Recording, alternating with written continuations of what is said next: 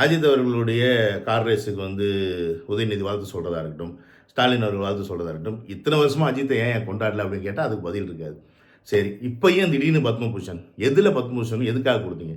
படத்தில் நடித்ததுக்காக கொடுத்தீங்களா? இல்லை இப்போ கார் ரேஸில் ஜெயிச்சதுக்காக கொடுக்குறீங்களா? எதுக்காக பத்மபூஷன்?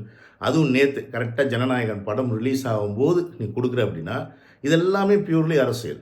இதில் வந்து இப்போ அஜித் ஃபேன்ஸும் விஜய் ஃபேன்ஸும் சண்டை போட்டுக்கணும், இதுதான் மேட்ரு. ஸோ இந்த கான்செப்டுக்கு தான் இவங்க இந்த விஷயத்தை பண்ணுறது. ஏன்னா இவர் எதுக்கிறதே பிஜேபி அண்ட் டிஎம்கே நல்லா தெரிஞ்சிருச்சு. அப்போ விஜய் அவர்களை அடிக்கணும் அப்படின்னா யாரை வச்சு அடிக்க முடியும்?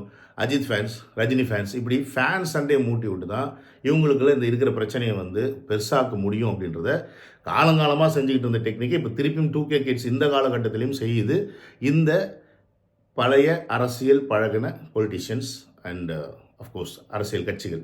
பட் இதை தான் நம்ம புரிஞ்சுக்கிட்டு என்ன பண்ணோம் அப்படின்னா, அரசியல் வேறு சினிமா வேறுன்னு பிரித்து பார்க்க தெரியணும்.